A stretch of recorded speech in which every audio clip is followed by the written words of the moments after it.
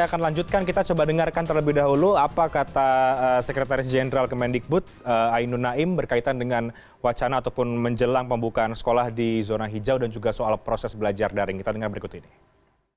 Ya, jadi kita menerapkan pembukaan kembali sekolah-sekolah untuk melakukan proses belajar mengajar dengan tatap muka ini dengan sangat hati-hati sebagaimana diarahkan oleh Presiden Republik Indonesia Pak Jokowi.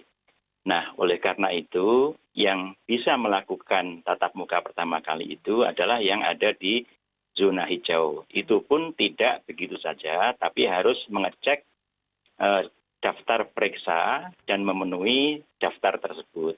Itu menyangkut misalnya penggunaan masker, fasilitas cuci tangan, kebersihan toilet, dan juga proses-proses disinfektasi yang diperlukan. Nah, kalau itu semua sudah terpenuhi, kemudian apabila ada orang tua yang khawatir, kemudian keberatan anaknya untuk ke sekolah, ya tidak apa-apa. Yang khawatir tetap belajar di rumah, yang lain bisa sekolah. Oke. Atau ada mungkin anak yang anggota keluarganya ada masalah kesehatan, ada yang flu, atau ada yang mempunyai komorbiditas, itu juga disarankan tetap belajar dari rumah. Itu Mbak. Ya, Pak Naim, tapi sekolah-sekolah di zona hijau tersebut secara fasilitas, secara protokol mereka sudah siap begitu ya? Mereka sudah mengaku kepada Kemendikbud bahwa mereka sudah siap dengan protokol itu dan fasilitasnya?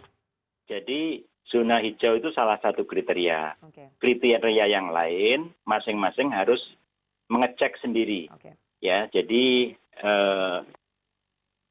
butir-butir yang ada di dalam daftar periksa ya atau checklist itu sudah dipenuhi atau belum. Oke. Nah, hasil checking itu tentu nanti dikomunikasikan, dimasukkan dalam data pokok pendidikan, bisa dilihat oleh Pemdanya. Pemda juga bisa membuat judgement atau menyarankan bagaimana proses pembukaan kembali sekolah. Karena kan sekolah-sekolah ini juga ada dalam kewenangan pemerintah daerah. Oke. Ya, tadi pernyataan dari Sekjen Kemendikbud. Saya akan langsung ke Pak Ramli, Ketua Umum Ikatan Guru Indonesia. Pak Ramli, apakah Anda kemudian setuju juga kalau sudah boleh tatap muka di zona hijau? Dan betul tidak sih bahwa belajar konsep daring atau online ini masih membingungkan dan menyulitkan bagi banyak guru-guru di Indonesia? Seperti apa? Ya, jadi selain persoalan dampak negatif dari COVID-19 ini, kami sebenarnya sepakat dengan Pak Wakil Wali Kota tadi bahwa ini blessing. Ini sesuatu yang sisi positif ada di sana. Ya. Sisi positif apa yang kami temukan adalah guru-guru yang selama ini tidak mau berubah, tidak mau belajar, tidak mau lebih baik, itu kemudian dipaksa oleh kondisi COVID-19 ini untuk belajar.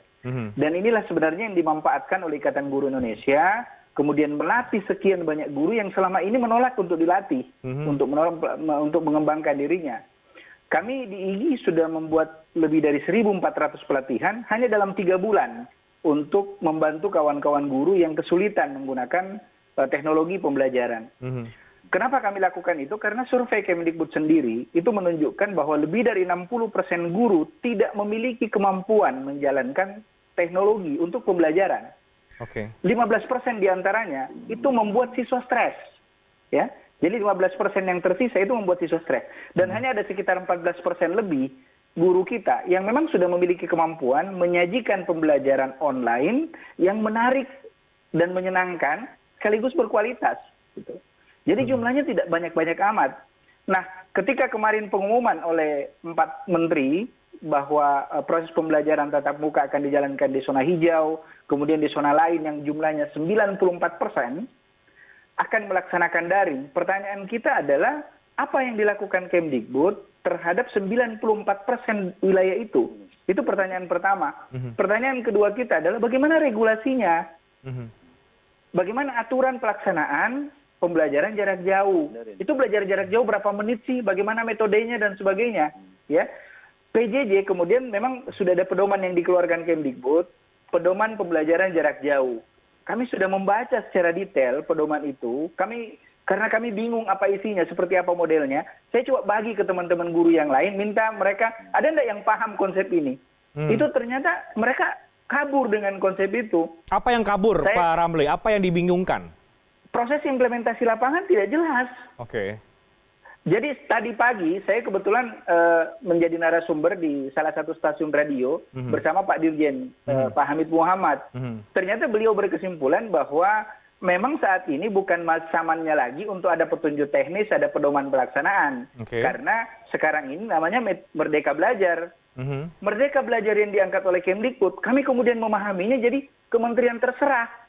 Kenapa? Semuanya terserah dilakukan. Mau bikin apa terserah, mau bikin apa terserah. Kemudian pemerintah daerah diarahkan menjalankannya, terserah pemerintah daerah mau bikin apa. Ini membuat pendidikan kita jadi tidak jelas gitu. Karena konsep terserah ini yang kemudian mereka menyebutnya sebagai Merdeka Belajar, tapi implementasi di lapangan jadinya terserah apa yang terjadi. Nah, Bapak Ibu coba bayangkan, 94% daerah kita harus menjalankan pendidikan online. Itu pun berpotensi bertambah. Kenapa bertambah? Sebelumnya kan daerah hijau kita 120 kabupaten kota. Kemarin diumumkan tinggal 84. Artinya terus-menerus menurun. Boleh jadi nanti, kita berdoa mudah-mudahan tidak, boleh jadi mungkin nanti tinggal 50 kabupaten kota dan sebagainya. Dan kemudian kita akan bergantung kepada pembelajaran online. Nah, pembelajaran online yang dipahami Kemdikbud kemudian, ya sudahlah kalau tidak bisa katanya online, ya pakai televisi, kalau tidak televisi, RRI. Bapak Ibu kalau sifatnya sementara, ya sifatnya darurat, kita memahaminya. Jadi bulan pertama, bulan kedua, bulan ketiga, kita memahami semua itu. Tapi kalau masuk bulan ke-7, 8, 9, 10 sampai bulan ke-12, masih begitu-begitu saja. Apa yang bisa kita harapkan dengan pendidikan kita untuk Tapi kan ini juga masih dalam masa darurat sebetulnya, Pak Ramli. Nonton TV terserah, mau ke sekolah terserah, mau tidak, semua serba terserah. Tapi kemudian itu diartikan oleh Kemdikbud sebagai Merdeka Belajar. Oke, baik. Jadi kami mulai bingung konsep Merdeka Belajar implementasi itu seperti apa. Oke, baik. Saya setuju tadi dengan Pak Wakil Wali Kota, ini seharusnya menjadi blessing, ini menjadi sesuatu yang berkah buat kita. Kenapa berkah buat kita? Banyak hal yang tiba-tiba berubah dan bisa membuat kita lebih baik. Oke. Dengan adanya COVID-19 ini terutama untuk pembelajaran. Kami kemudian sudah mengusulkan yang namanya blended learning misalnya, di mana guru sudah menyiapkan videonya, kemudian membuat pembelajaran, kemudian kalaupun ada tatap muka tidak perlu lama waktu tatap mukanya, dan selanjutnya. Oke, baik. Baik, saya ke Pak Indra. Pak Indra, kalau secara kesehatan mungkin dengan tidak tatap muka terlebih dahulu adalah pilihan yang cukup tepat ya untuk menghindari kemungkinan terburuk. Tapi apakah perlu bahwa belajar jarak jauh ini atau daring atau online ini diatur sedemikian rupa seperti yang disampaikan oleh Pak Ramli? Ada guidance-nya yang sampai detail, waktunya berapa lama dan lain sebagainya. Perlukah itu dilakukan sebetulnya, Pak Indra? Ya, jadi sebelum ke sana mungkin ada beberapa poin yang harus kita apresiasi dulu ya dari kebijakan pemerintah kemarin. Satu hal, ada ketegasan kalau tahun ajaran baru tetap mulainya Juli 2020. Itu kan satu ketegasan yang selama ini banyak orang juga bingung. Mungkin pemerintah daerah juga bingung, masyarakat bingung, tapi sudah ada ketegasan. Kemudian juga ada ketegasan mengenai tadi sekolah yang boleh buka hanya yang zona hijau. Dan bahkan sudah jelas aturannya di sana. Misalnya yang buka dulu adalah level SMA, SMK, dan SMP. Ya kan? Kemudian disusul baru SD, disusul baru PAUD. Diatur juga masalah jarak 1,5 meter untuk SD, SMP, SMA, SMK. 3 meter untuk PAUD, itu kan cukup detail aturannya. Jadi itu hal-hal yang kita apresiasi. Cuman ada satu hal yang ketinggalan kan gitu. Kebijakan tadi adalah kebijakan untuk yang 6%. Ya kan yang detail tadi kan zona hijau itu kan berarti untuk yang 6%. Yang 94%-nya nggak ada kebijakannya kan gitu. Padahal itu yang ditunggu-tunggu kan gitu. Ini mau dibuat seperti apa kan gitu. Artinya memang butuh panduan. Kenapa? Karena terus terang buat masyarakat Indonesia hal yang disebut dengan PJJ daring ini adalah hal yang baru. Dan kita semua tahu 3 bulan kemarin hasilnya jauh dari harapan kita.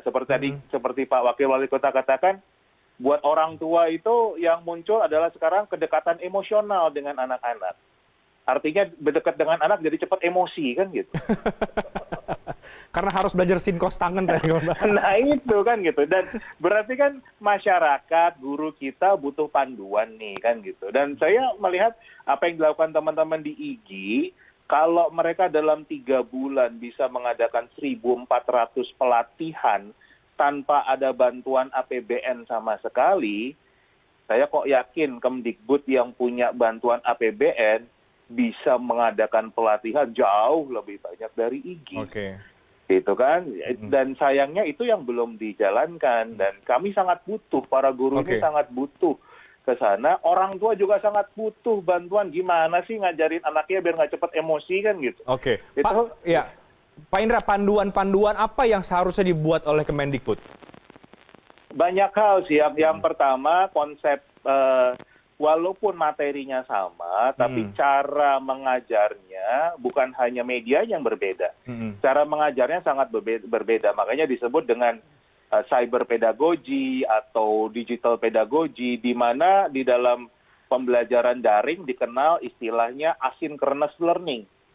Asynchronous learning itu artinya belajar yang nggak harus waktunya bersama-sama, ya kan, belajarnya sama. Jadi mereka setiap anak itu bisa, yang satu belajar jam 7 pagi, yang satu jam 10, yang satu jam 8 malam bisa. Dan mereka bebas mau belajar, saya mau belajar hari ini matematika, besok mau belajar nanti siang bahasa Inggris atau apa. Itulah konsep dari belajar daring yang lebih personalized. Jadi terus terang pemerintah pusat dengan menggunakan media RRI dan TVRI itu bukan belajar daring. Kenapa? Karena TVRI dan RRI masih synchronous learning. Nah, pola inilah, ini kan pedagogi modern namanya, dan itu para guru kita butuh banyak sekali bantuan. Dan saya yakin pemerintah pusat punya kekuatan untuk menarik semua pakar-pakar pendidikan, tokoh-tokoh pendidikan Indonesia, tokoh-tokoh pakar-pakar psikologi anak, suruh sebulan inilah, ini kan lagi liburan, untuk bantu negara. Ayo kita siapin para guru kita, ayo kita siapin para orang tua ini dibantu. Saya rasa itu bisa dikoordinir. Jadi mungkin ini masukan buat pemerintah pusat. Oke. Tapi kan kemudian itu nantinya juga bisa diatur oleh pemerintah daerah kan, seperti dikatakan oleh Menteri Pendidikan dan Kebudayaan kita, bahwa di daerah nanti yang punya kewenangan juga untuk mengatur sedemikian rupa tadi. Ya bisa dibayangin Mas, kalau di pemerintah pusat kesulitan, gimana lagi di pemerintah daerah, kan tambah bingung lagi mereka kan gitu. Nanti takut salah, nanti ini. Jadi minimal mungkin bisa kalau melaksananya pemerintah daerah, dikoordinir lah gitu. Jadi pemerintah pusat mengkoordinir pemerintah daerah, oke misalnya kasihlah, oke untuk Tegal saya kasih pakarnya ini, ngelatih guru-guru ini, nanti untuk wilayah Kendal ini, untuk wilayah Makassar ini. Itu kan paling nggak bisa dikoordinir oleh pusat, tapi pelaksanaannya tetap daerah. Itu salah satu contoh yang bisa kita lakukan bersama. Oke, jadi ada keterlibatan dari pusat yang mungkin juga lebih banyak ya dalam memberikan panduan begitu terkait dengan proses belajar jarak jauh dan sepanjang COVID ini. Nanti saya akan ke Pak Wakil Wali Kota lagi, tapi kita harus break terlebih dahulu. Kami akan tanyakan bagaimana kemudian daerah Kota Tegal menyikapi tatap muka ini. Apakah nanti memang tadi sudah akan mau belajar tatap muka, atau apa kemudian yang perlu dilakukan dalam waktu yang cukup masih lama ini sepanjang COVID, mungkin sampai akhir tahun tadi kalau kata Pak Jumadi. Kita bahas saja deh, kami akan segera kembali saat lagi.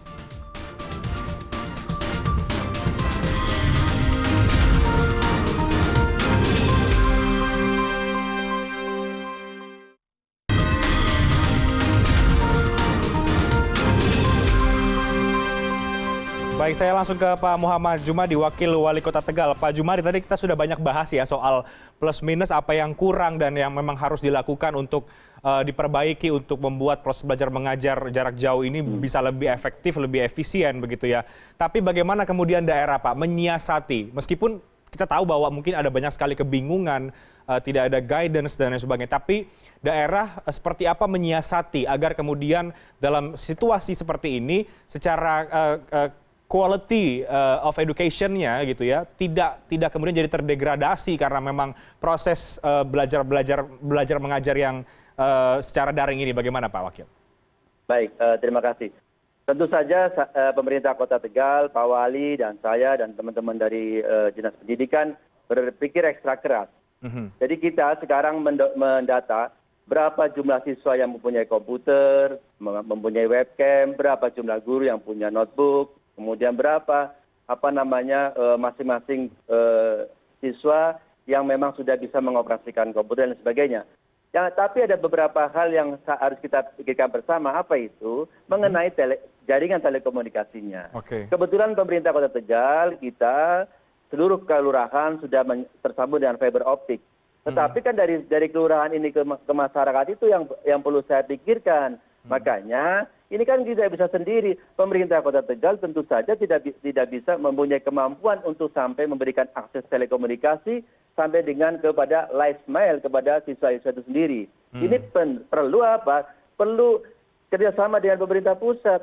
Saya kira begini, ini yang tadi saya bilang, ini ada momentum, ada blessing in disguise dalam rangka pandemi ini untuk pendidikan. Ini saatnya kita bangkit bersama bagaimana pendidikan online kita bisa jalankan dengan benar. Bahkan mungkin ini akan menjadi lompatan yang luar biasa buat Indonesia, bangsa ini, apabila kita bisa mengambil momentum pendidikan online kita bisa pikirkan bersama. Jadi, kemudian tadi saya bilang, pemerintah Kota Tegal siap untuk melakukan KBM. Dalam arti tetap muka langsung, karena kita sudah zona hijau. Namun, seperti yang kemarin kesepakatan 4 menteri, kita harus tanya juga kepada orang tua siswa, kepada kita pemerintah, kepada siapapun. Hasil survei tadi, saya langsung survei kepada seluruh orang tua. 90% orang tua itu meminta untuk sekolahnya tetap online. Tetapi online yang bagaimana? Kenapa? Mereka masih takut. Kalau ketemu tetap muka masih takut. Jangan takutnya apa? Nanti malah terjadi second wave, terjadi klaster baru di pendidikan karena anak-anak susah diatur. Perlu saya sampaikan ya, di Kota Tegal saya sampai berpikir murid dari rumah saja tidak boleh dia menggunakan angkutan umum ataupun menggunakan Gojek atau harus diantar sama orang tuanya. Itu saya pikirkan betul-betul sampai seperti itu. Kapasitas segala macam yang Pak Menteri kemarin sampaikan, kita sudah in detail bagaimana kalau kita belajar tatap muka. Tapi saya masih belum pede. Kita masih perlu kehati-hatian. Kenapa? Karena siswa itu susah dikontrol. Nah, sekarang kita kembali ke online. Ini momentumnya. Sekarang tinggal bagaimana jaringan telekomunikasi kita manfaatkan. Itu sangat-sangat very simple di dalam telekomunikasi kalau kita mau bekerja sama. Baik, saya ke Pak Indra. Pak Indra, agar ini momentum ini bisa diambil dan tadi dikatakan oleh Pak Wakil Wali Kota, apa yang harus diperbaiki, dilakukan oleh baik pemerintah dan juga para tenaga pengajar ya, para guru, seperti apa?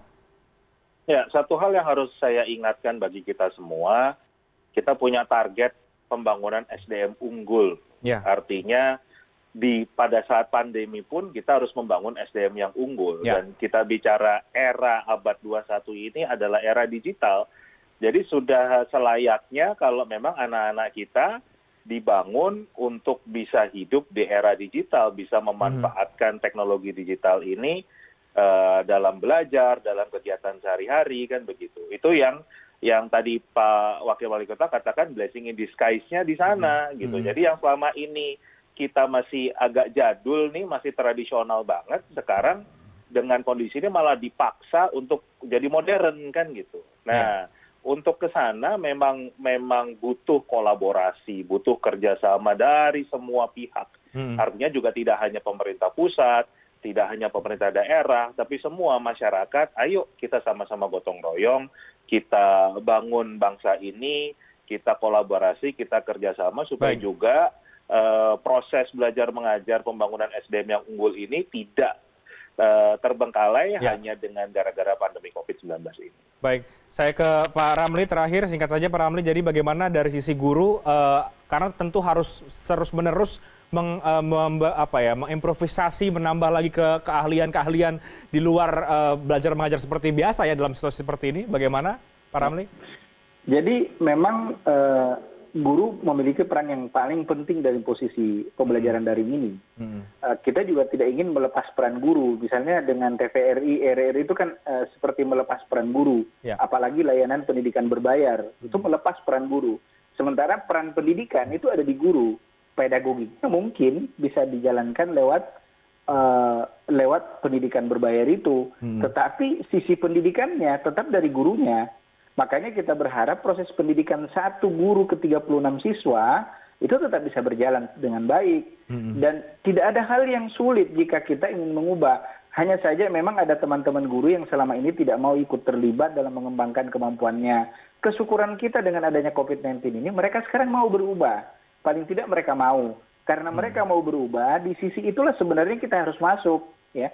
Kita harus masuk membimbing mereka supaya mereka bisa. 60% lebih ini menjadi tugas kita, bagaimana yang 14, sekian persen ini membuat yang 60% ini menjadi bisa untuk bisa menjalankan proses pembelajaran online dengan baik. Nah, di sanalah peran dinas pendidikan untuk mengkoordinir semuanya. Kemudian kementerian mestinya membuat panduan seperti apa proses pembelajaran online itu yang efektif dan efisien. Seperti kata Pak Indra tadi.